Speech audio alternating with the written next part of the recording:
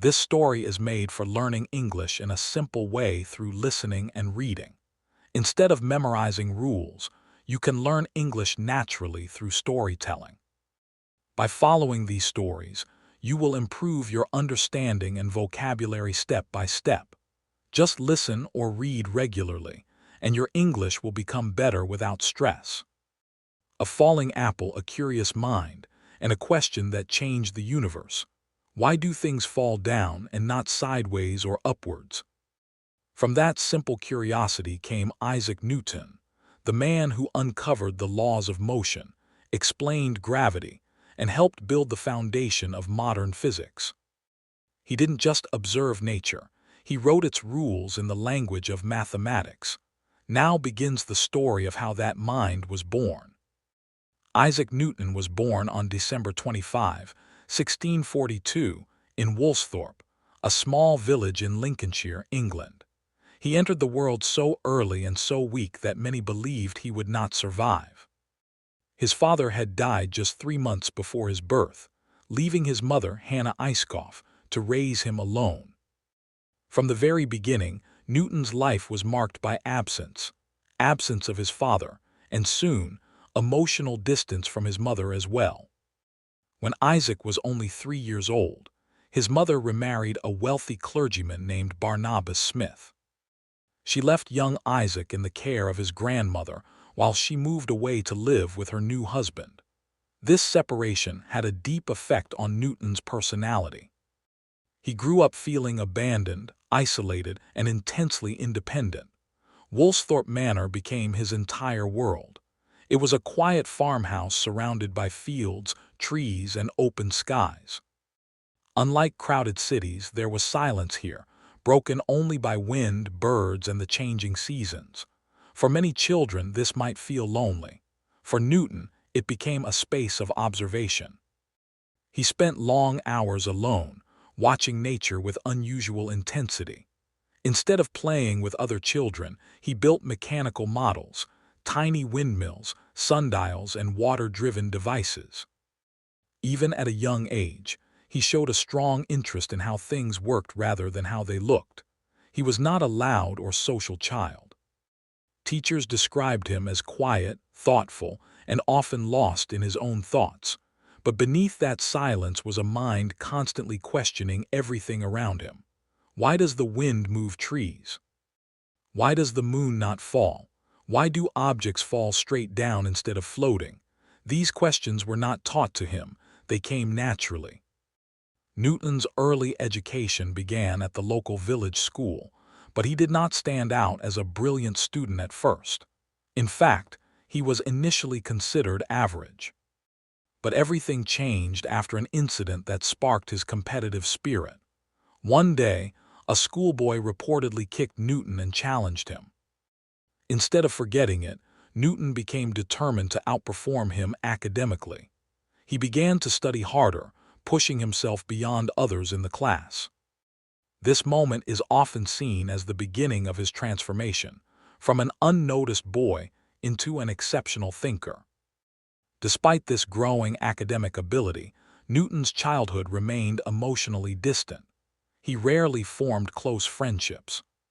He preferred solitude, reading, building models, and observing the world around him. At Woolsthorpe Manor, nature itself became his teacher. He watched apples fall from trees, studied shadows moving across fields, and observed how objects behaved when pushed or dropped. These everyday events fascinated him more than any formal lesson.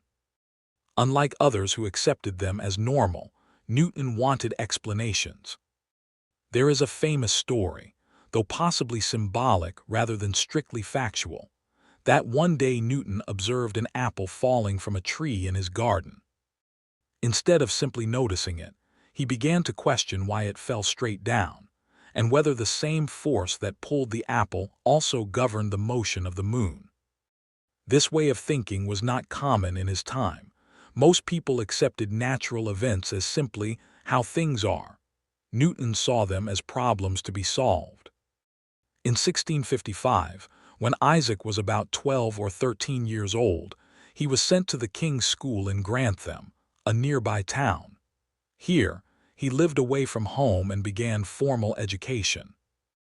At first, he struggled to adapt to structured schooling, but gradually he discovered his strength in mathematics and logic. Even then, he remained socially distant. Instead of spending time with classmates, he often stayed alone, reading books or working on experiments. His notebooks from this period show early signs of deep analytical thinking.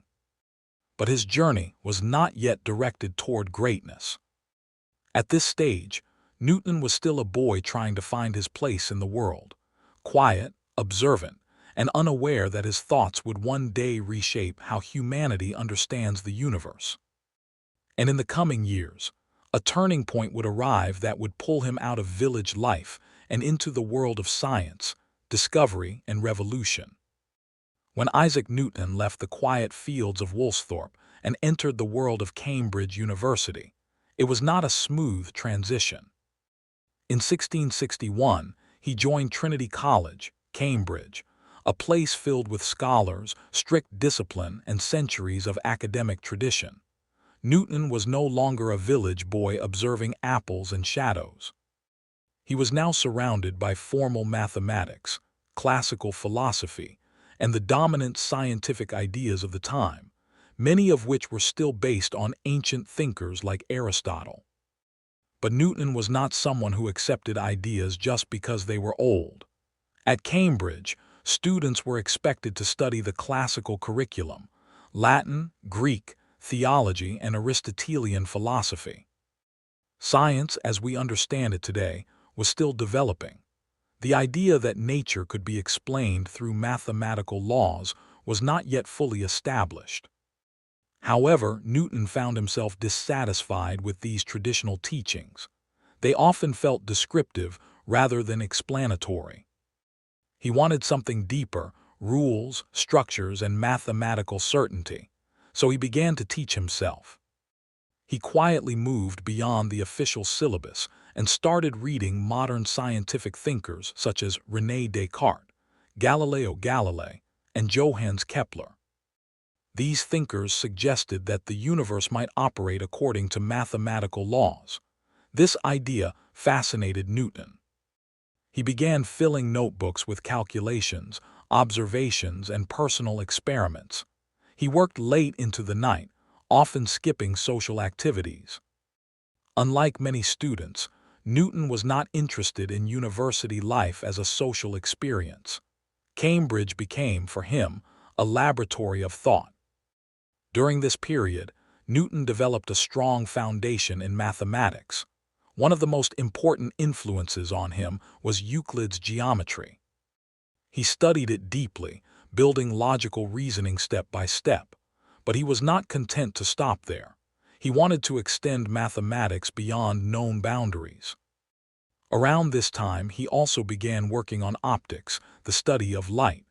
Light became one of Newton's earliest scientific obsessions. He wondered, why does light behave the way it does? Why do colors exist? Why does a prism split white light into a spectrum? To explore these questions, Newton began conducting experiments in his room. One of his most famous early experiments involved a prism. He darkened his room, allowed a beam of sunlight to pass through a small hole, and then directed it through a glass prism. What he observed changed his understanding of nature.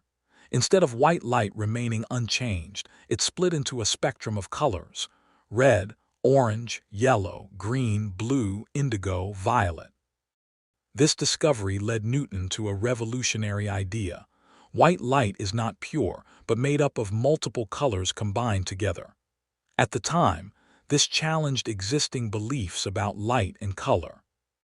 Many scientists believed that colors were modifications of white light, not components of it. Newton's experiments showed otherwise. This was one of the first clear signs that Newton was not just a student of science.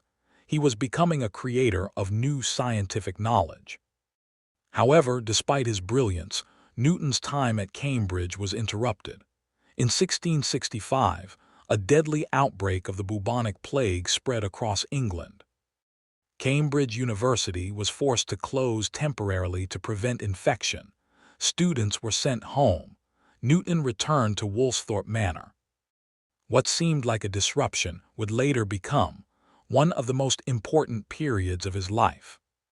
This time away from Cambridge, often called his annus mirabilis, year of wonders, gave Newton uninterrupted time to think. In the quiet isolation of his childhood home, he would develop ideas that would later transform science forever. But at this point, Newton was still at the beginning of that transformation. He had discovered light and color. He had developed mathematical thinking beyond his curriculum. And he had begun to see nature not as a mystery to be accepted, but as a system that could be understood through logic and mathematics. And in the fields of Woolsthorpe, far from Cambridge, his greatest discoveries were just about to begin. When Isaac Newton returned to Woolsthorpe Manor in 1665, it felt like the world had suddenly stopped. Cambridge University had closed because of the plague spreading across England. Streets were unsafe, cities were emptying, and fear moved faster than people. Students were sent away, and Newton found himself back in the quiet countryside where his story had begun. At first, it might have looked like an interruption in his education, but for Newton, it became something completely different. It became silence. And in that silence, his mind began to work in ways it never had before. Woolsthorpe Manor was simple: wooden rooms, open fields, trees bending with the wind, and long stretches of time with nothing but nature for company. But Newton did not feel bored. He observed everything: the way objects fell when dropped, the way wind pushed grass in waves, the way shadows moved across the ground as the sun shifted. Small things that most people ignored became questions in his mind. He had always been curious, but now that curiosity deepened into something more powerful. He stopped accepting movement as something ordinary. Instead, he started asking what caused it. Why does everything fall downward? Why not sideways? Why not upward? One afternoon, as he sat under an apple tree in the garden, he saw an apple detach from a branch and fall straight to the ground. It was not a dramatic moment. Apples had fallen countless times before, but something about it stayed in his mind. If the earth pulls the apple downward, could that same force reach farther? Could it reach the sky, even the moon? That thought did not arrive as a full idea. It grew slowly, like a puzzle assembling itself piece by piece. Newton began to imagine something unusual. What if the force that pulls objects on Earth is not limited to Earth alone? What if it extends outward into space, shaping the motion of the moon and even the planets? At the same time, he was working through mathematics in his own way. Without formal instruction, he began developing powerful new mathematical tools to describe motion and change. He was not satisfied with static geometry. He wanted mathematics that could describe movement itself, how things speed up, slow down, curve, and transform over time. These ideas were forming quietly in his notebooks, not yet shared with anyone. Days passed in a strange rhythm, calm outside, intense inside. Newton would spend hours thinking without speaking, sometimes forgetting meals or sleep. His attention would lock onto a single problem, and he would follow it for days until something clicked. He started connecting ideas that no one had fully connected before. The moon does not fall into Earth, yet it does not escape either. It moves in a curve around Earth. Newton began to imagine that the moon is constantly falling toward Earth, but it also moves forward fast enough that it keeps missing it. That balance between motion and pull creates an orbit. From there, his thinking expanded further.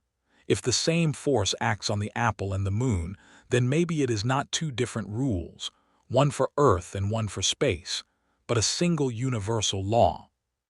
A law that applies everywhere. For the first time in his life, Newton was beginning to see the universe as one connected system governed by consistent rules. Nature was not random. It was structured. And that structure could be written in mathematics. But even as these ideas formed, Newton did not rush to publish them. He was careful, almost secretive. He wanted certainty, not speculation. Every idea had to be tested in his mind again and again, until it felt undeniable. So while the world outside struggled with plague and uncertainty, inside Woolsthorpe Manor something extraordinary was happening. A new way of understanding reality was taking shape. And Isaac Newton, still a young man in isolation, was unknowingly building the foundation of modern physics. But this was only the beginning. Because once Cambridge reopened, Newton would return, and everything he had discovered in silence would slowly begin to change the world. When Isaac Newton returned to Cambridge after the plague years, he was no longer the quiet student who had left in uncertainty. Something had changed in him during his time at Woolsthorpe. He carried ideas that were not yet complete, but they were powerful enough to reshape how he saw the universe. Cambridge reopened in 1667, and Newton came back to Trinity College. The world around him had moved on, but inside his mind, he was still working through the thoughts formed in isolation: motion, force, light, and mathematics. Soon, his abilities became impossible to ignore. In 1669, only a few years after his return, Newton was appointed Lucasian Professor of Mathematics at Cambridge, one of the most prestigious academic positions in England. He was still in his 20s.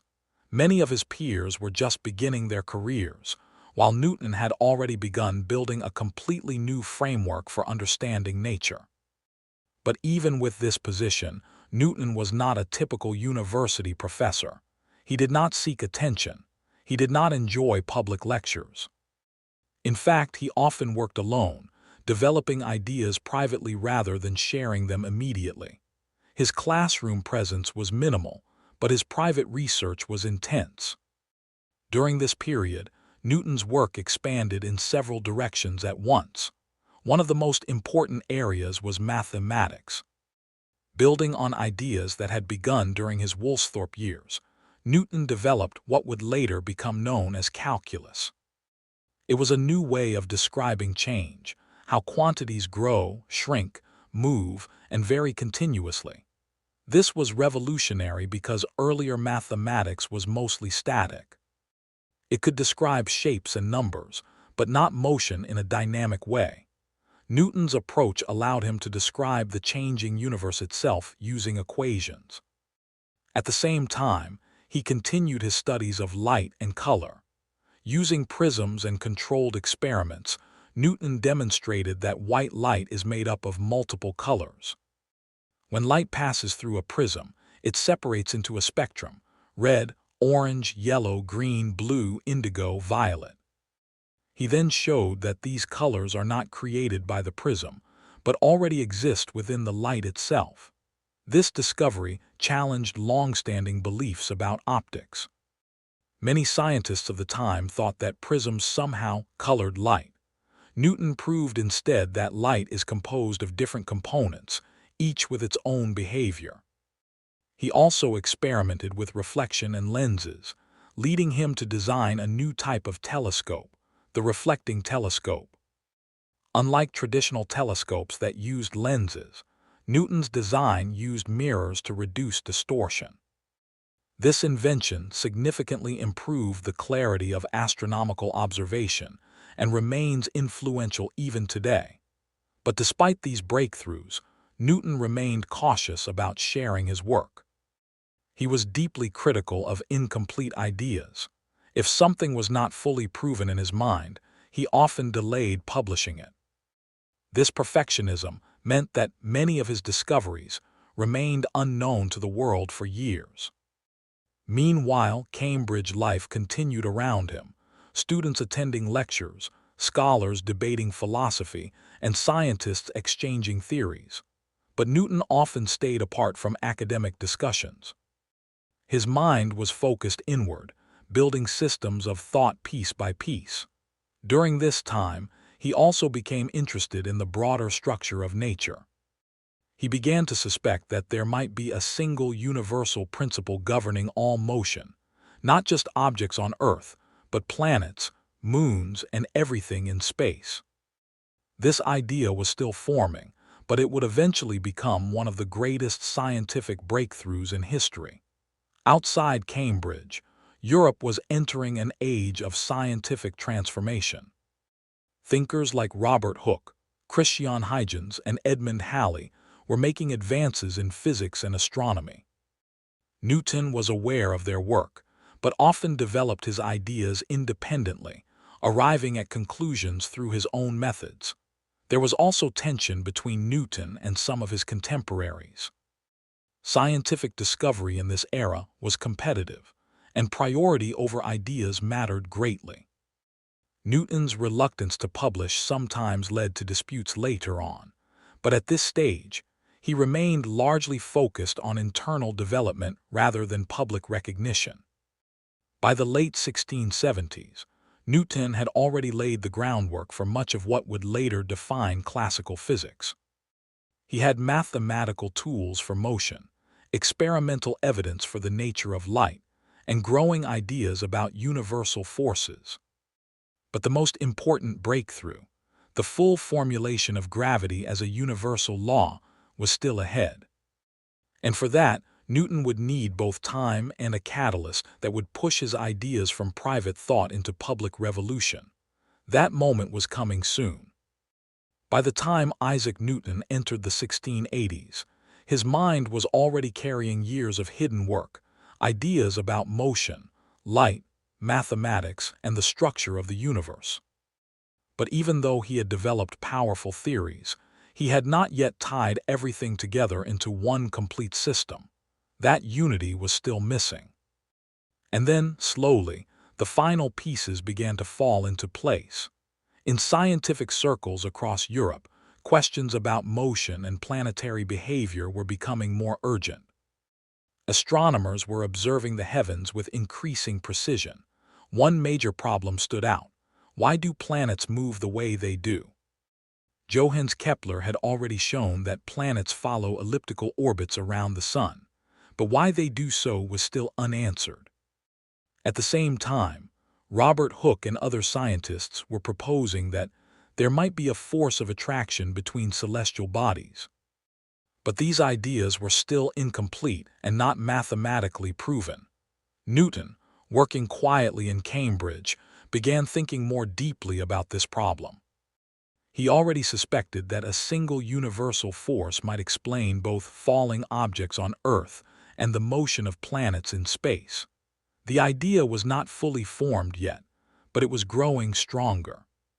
According to later accounts, Newton's thinking often returned to a simple observation: objects always fall toward Earth. This was not just a fact, it was a pattern. And Newton's mind was built to find patterns that repeat across nature. The famous apple story belongs to this period. Whether it happened exactly as told or became symbolic over time, it represents the kind of thinking Newton was engaged in. He considered, if an apple falls because Earth pulls it downward, then could the same force extend far beyond the ground? Could it reach the moon? If so, then the moon might be falling toward Earth continuously, but its sideways motion keeps it in orbit. This balance between attraction and motion could explain orbital paths. This idea was powerful because it connected two previously separate worlds, Earth and the heavens. For centuries, people believed that earthly motion and celestial motion were governed by different rules. Newton's thinking suggested something revolutionary. The same laws apply everywhere.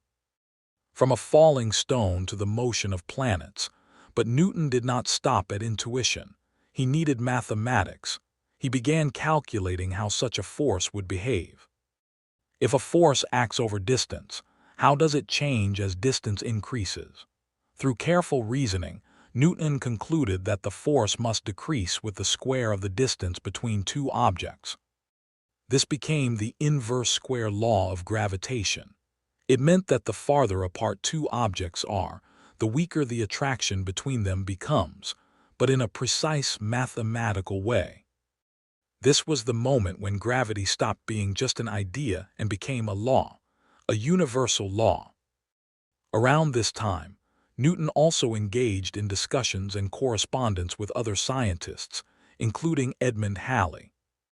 Halley was fascinated by planetary motion and had been struggling with similar questions. When Halley visited Newton and asked what kind of orbit would result from an inverse square force, Newton reportedly replied that it would be an ellipse and that he had already calculated it. This shocked Halley. He realized Newton had already solved problems that the scientific community was still debating. Halley encouraged Newton to publish his findings. At first, Newton hesitated. He was careful, even perfectionist, about presenting his work, but eventually he agreed. This decision would change science forever. Newton began writing what would become one of the most important scientific books ever written, Philosophiae Naturalis Principia Mathematica, commonly known as the Principia. In this work, Newton brought together his laws of motion and universal gravitation into a single mathematical framework. He described how objects move under forces, how planets orbit, and how gravity operates across space. For the first time, the motion of the universe could be explained using a small set of mathematical principles. The world was no longer unpredictable. It was governed by laws. By 1687, when the Principia was published, Newton's ideas had transformed physics. The book did not just present discoveries, it created a new way of doing science. Nature was no longer something to be described loosely. It was something to be measured, calculated, and understood through universal laws. And at the center of it all was Isaac Newton, a man who had turned quiet thought into a framework that explained the motion of the universe itself. But even after this achievement, Newton's life was not finished. His influence would grow further in politics, science, and philosophy, and his legacy was only beginning to unfold. When Isaac Newton published the Principia in 1687, the scientific world changed instantly. But Newton himself did not change in the way people expected. He did not become a public celebrity in the modern sense.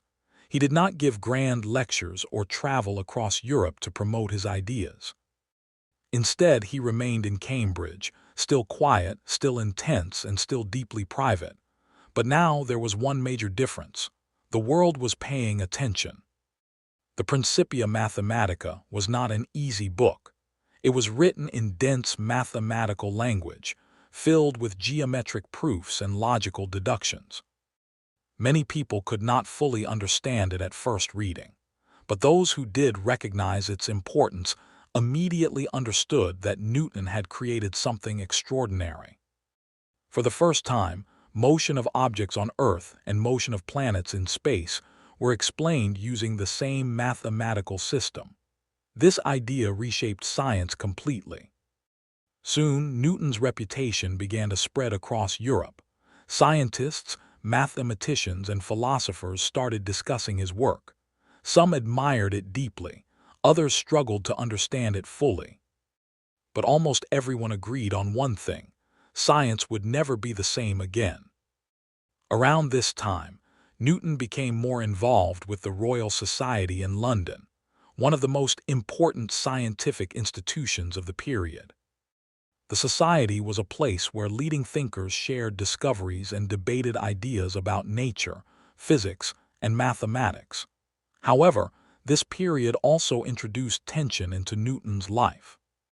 One of the most significant conflicts was with Robert Hooke, a brilliant scientist and inventor who had independently been thinking about gravitational attraction and motion. Hooke believed that Newton had taken inspiration from his ideas without giving sufficient credit. This disagreement became part of a larger and long-lasting scientific dispute. Newton, who was extremely sensitive about criticism and intellectual priority, reacted strongly. He did not like having his work questioned or linked to incomplete theories. As a result, relationships between Newton and Hooke became strained. At the same time, Newton also became involved in another intellectual debate with Gottfried Wilhelm Leibniz, a German mathematician who had independently developed calculus. Both Newton and Leibniz had created similar mathematical systems for describing change, but they developed them separately. The question of who discovered calculus first became a major controversy across Europe. This dispute would later grow into one of the most famous scientific priority conflicts in history. Despite these tensions, Newton's influence continued to expand. The Principia was gradually recognized as a foundational work in physics. Scientists began applying Newton's laws to astronomy, mechanics, and engineering. His ideas helped explain not just planetary motion, but also tides, projectiles, and the behavior of moving objects in general. In essence, Newton had provided science with a universal framework. During this period, Newton also began to take a more administrative role within the Royal Society. In 1703, he would later become its president, but even before that, his presence in scientific circles was becoming increasingly important. Yet despite his fame, Newton remained deeply private and often isolated. He was not known for social warmth or frequent public engagement. He preferred control over his work and precision in his ideas. He also continued his scientific studies, though at a slower pace. His focus gradually expanded beyond physics into other areas, including theology, alchemy, and philosophy. These interests, less known to the public, showed another side of Newton's mind, one that sought meaning beyond mathematical laws. But in the public scientific world, it was his physics that defined him. By the end of the 17th century, Newton was no longer just a Cambridge professor. He was the central figure of a scientific revolution. His laws of motion and gravitation had given humanity a new way to understand the universe, one based not on speculation, but on calculation and proof. And as the 1700s approached, Newton's influence was no longer limited to England. It had become global. But even greater changes in his life were still to come, this time not in science alone, but in power, politics, and recognition from the state itself. By the time Isaac Newton entered the 18th century, his name was no longer just known in academic circles. He had become a figure of authority in British science, a man whose ideas had reshaped how the universe was understood. Yet Newton himself had not changed much in temperament. He remained serious, private, and intensely focused on matters he considered important. But the world around him was changing fast, and Newton was about to step into a very different kind of role. In 1703, Newton was elected president of the Royal Society in London. This was one of the highest scientific positions in England, placing him at the center of intellectual life. The Royal Society was responsible for promoting scientific discovery, publishing research, and guiding discussions on natural philosophy. As president, Newton was no longer just a theorist in Cambridge. He was now a leader of scientific authority. He moved more frequently between Cambridge and London, gradually becoming more involved in administrative and political circles. His reputation had grown so strong that even government officials and influential figures sought his opinion on technical and scientific matters. In 1705, Newton received a major honor from the state. He was knighted by Queen Anne, becoming Sir Isaac Newton. This recognition symbolized not just his scientific achievements, but also his importance to the nation. For a man who had once worked alone in rural isolation, this was a remarkable transformation. But leadership brought challenges. As president of the Royal Society, Newton had to deal with scientific disputes, institutional responsibilities, and the complex politics of academic reputation. One of the most difficult aspects of this period was managing the aftermath of the long controversy over calculus and priority disputes with Leibniz's supporters. The conflict between Newton and Leibniz's followers had escalated into a national and international debate, dividing scientific communities across England and continental Europe. As president, Newton was expected to defend English scientific claims, which further intensified the controversy. Despite these tensions, Newton maintained a strong grip on scientific authority in England. Under his leadership, the Royal Society continued to grow in influence. But while his public role expanded, Newton's private intellectual life became more complex and less focused solely on physics. During his later years, he spent significant time studying theology, ancient history, and biblical chronology. He attempted to analyze historical events using mathematical reasoning and textual comparison. These studies were not widely published during his lifetime, but they reveal another dimension of his thinking, his desire to understand not only the physical universe, but also human history and meaning. Newton also explored alchemy extensively, a field that combined early chemistry with philosophical ideas about transformation of matter. He conducted experiments, wrote detailed notes, and studied ancient texts. While modern science separates chemistry from such ideas, in Newton's time these fields were still intertwined. This aspect of Newton's life shows that even a mind capable of formulating the laws of gravity was still searching for deeper understanding in multiple directions.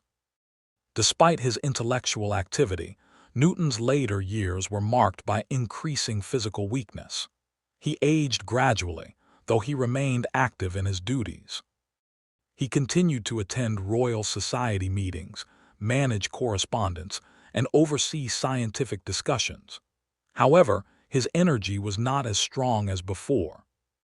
He spent more time in London and less in Cambridge, and his daily life became more structured around institutional responsibilities. Still, his influence remained unmatched. Scientists across Europe continued to build upon his work. Astronomy, mechanics, engineering, and navigation all relied on Newtonian principles. His laws of motion and gravitation became the foundation of classical physics, shaping centuries of scientific development. By this stage, Newton was no longer just an individual thinker. He was an institution of knowledge. His ideas had become so fundamental that they were used to explain everything from falling objects to planetary orbits. Yet Newton himself remained modest in lifestyle and focused in thought. He did not seek public admiration. Instead, he continued working quietly within the structures he had helped shape. As the years moved toward 1720, Newton's life entered its final phase. His influence was fully established, his position secure, and his legacy already forming in the scientific world. But the story of Isaac Newton was not just about power or recognition. It was about how one mind, working in isolation and curiosity, had changed humanity's understanding of nature itself. And as his life approached its final chapter, the world prepared to say goodbye to the man who had given it mathematical order. In the final years of Isaac Newton's life, the world he had helped shape continued to expand around him. His laws of motion and gravity were no longer new theories. They had become the foundation of scientific thinking across Europe. Astronomy, navigation, engineering, and mathematics all depended on the framework he had built decades earlier. But Newton himself was now an old man. He spent much of his later life in London, continuing his role as president of the Royal Society, though his direct involvement in scientific discovery had slowed. His days were quieter now, filled more with reflection, correspondence, and administration than experimental work. Yet even in old age, Newton's mind remained active. He still followed scientific debates, reviewed papers, and engaged with intellectual discussions. His authority in science was unquestioned. When Newton spoke, Europe listened. Despite his immense fame, Newton lived a relatively simple and controlled life. He never married and he had no children. His world was built around thought, discipline, and work rather than personal relationships. This solitude, which had marked his childhood and adulthood, remained with him until the end. In his later years, Newton's interests extended even further beyond physics. He continued studying theology, ancient history, and biblical chronology, attempting to understand human civilization through structured analysis. He believed that history, like nature, might follow certain patterns that could be studied and interpreted. He also maintained his earlier fascination with alchemy, though these studies were kept private. For Newton, these pursuits were part of a larger desire to understand the hidden structure of reality, whether physical or philosophical. As age advanced, his physical strength began to decline. He suffered increasing health issues, including pain and weakness, but he remained mentally engaged for as long as possible. By the 1720s, Newton was widely regarded as one of the greatest minds in Europe. Scientists, philosophers, and political leaders respected him not only for his discoveries, but for the entire framework of thinking he had introduced. The idea that nature operates through universal laws had become central to Enlightenment science. Younger generations of scientists built directly on his work. His laws were taught, expanded, and applied in new fields. Newtonian physics became the standard way of understanding motion and the universe. What makes Newton's legacy so powerful is not just what he discovered, but how he changed the method of discovery itself. He showed that nature could be understood through observation, experimentation, and mathematics combined. This approach became the foundation of modern science. On March 31, 1727, Isaac Newton died at the age of 84 in London. His death marked the end of an era, but not the end of his influence. He was given a grand funeral at Westminster Abbey, an honor reserved for some of the most important figures in British history. He was buried among kings, poets, and statesmen, not because he ruled a nation, but because he had transformed humanity's understanding of the universe itself. After his death, Newton's legacy continued to grow. His work became central to scientific education. His laws of motion and gravity shaped centuries of research and technological development. From space exploration to engineering, his ideas remained fundamental. But perhaps the most important part of Newton's legacy is not a single law or equation. It is the way he taught humanity to think. He showed that the universe is not chaotic or unknowable, but structured and consistent. He demonstrated that even the most complex phenomena can be understood through careful observation and mathematics. From a falling apple in a quiet English garden to the motion of planets across the sky, Newton connected the smallest events to the largest systems in existence. He turned curiosity into a system. He turned observation into law, and he turned silence and solitude into one of the greatest intellectual revolutions in human history. Isaac Newton did not just discover gravity. He helped humanity understand that the universe itself can be understood, and that idea has never stopped shaping the world since.